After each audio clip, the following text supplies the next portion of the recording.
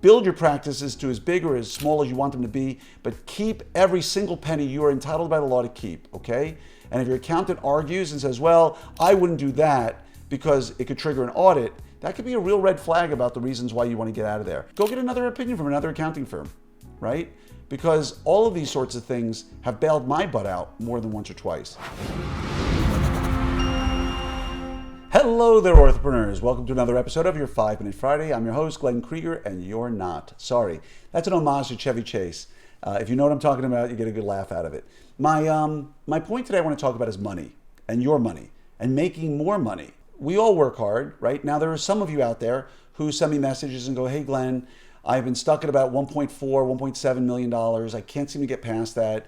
You know, what can I do? And there's some really good answers I could give you. If you're stuck there, then for sure you should come to Summit. There's no question. If your practice doesn't take off through the ceiling after going to Summit, something's really wrong. And even moreover, when the Ortho Vanguard Intensive gets launched, it's only gonna be 125 doctors. When the time comes, you're gonna wanna be there. But I wanna talk to you a little bit about some of the things that you need to think about once you've made your money, right? Because we've talked about in the past a great deal about how to grow your practice. Marketing, how you need to market yourself, what you need to be doing at the chair, how your TC needs to be presenting care. And there's nuances to each and every one of these.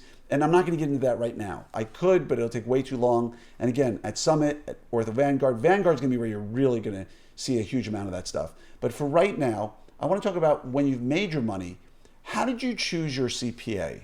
How did you choose to save every penny you can? Now, I want to tell you a little story, and it applies to many of you out there because I know I'm not alone.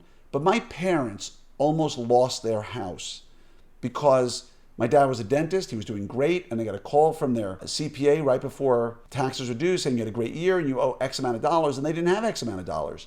I myself got a phone call literally on April 14th, a day before my taxes were due, that I owed $62,000. Now, to many of you out there, you say $62,000, that's not that much money. I could write a check for that. And that's great and shows how far you've come. But this was in my first year in practice. I owed $62,000. And it wasn't $62,000 because I'd earned so much money. It was because I paid down so much debt that I owed taxes on that.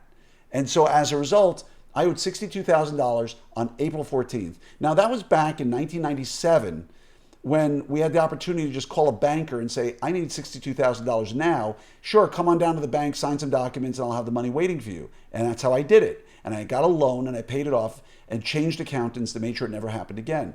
But it goes to show you that if you don't have the right CPA who goes along with what you want, there can be some real problems. Now, some of you out there listening are thinking that your CPA does a great job because they file your taxes for you on time and you haven't been audited. And that's the base level. That's like saying, I want an orthodontist who can put braces on my teeth. That's it. Because if you can't put braces on someone's teeth, I'm not talking about the treatment plan. I'm not talking about finishing in a short period of time or efficiently or even giving an amazing result. If you can't put braces on someone's teeth, you probably shouldn't be an orthodontist. If a CPA can't solve getting a tax filed, a tax return, that's a problem. So the bigger questions for you is, what is your CPA doing to help you plan for the next year? And are they step in step with you in terms of what your approach is towards the tax code? Now, you've heard stories of me talk about my previous accountants who I've been with. I was with Kane Waters, I was with others, and some are more aggressive than others. Now, what you don't want is to get, federal agents on your front door one morning and saying, hi, Dr. Krieger, if you could please turn around and put your hands behind your back, we'd love for you to put on these beautiful new silver bracelets. That's what you don't want to have happen. But what you also don't want to have happen is that you're owed $100,000 that you should be getting that was never filed by your accountant because they're uber conservative. So I tell my accountants, and I've always told my accountants, I want you to take the tax code as far as you legally can so that my toes are up to the line and I'm not afraid of an audit as long as you can support it. Now remember, for your accountant to sign your return, they are legally liable to go to jail if they commit tax fraud. So they're not going to do anything illegal, hopefully. Mine does not. But is your CPA talking to you about ways to make massive returns on your return for money that you're not getting back. It's money that's yours already that you shouldn't be giving away.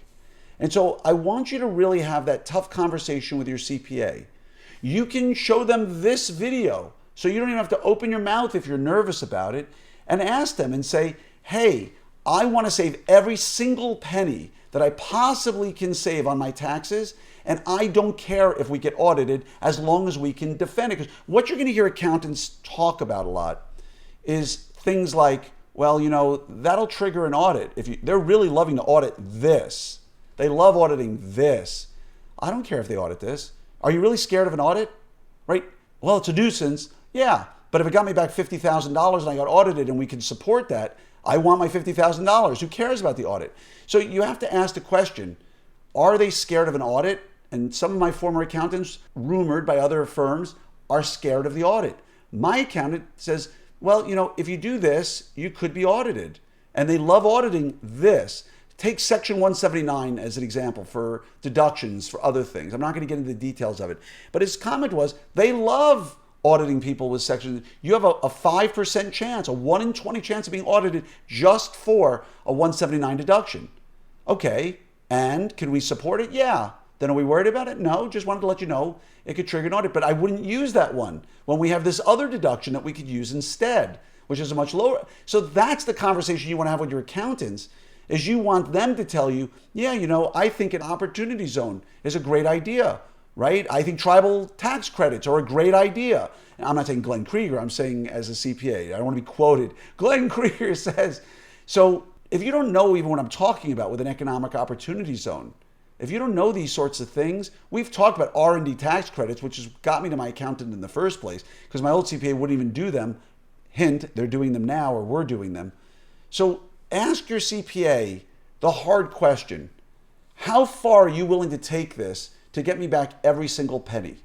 How do you feel about an audit if we can support, right? If it increases the risk of an audit, but we can support what we've done, how do you feel about that? Because what's the worst that happens? They deny your deductions and you owe them interest and principal and penalty.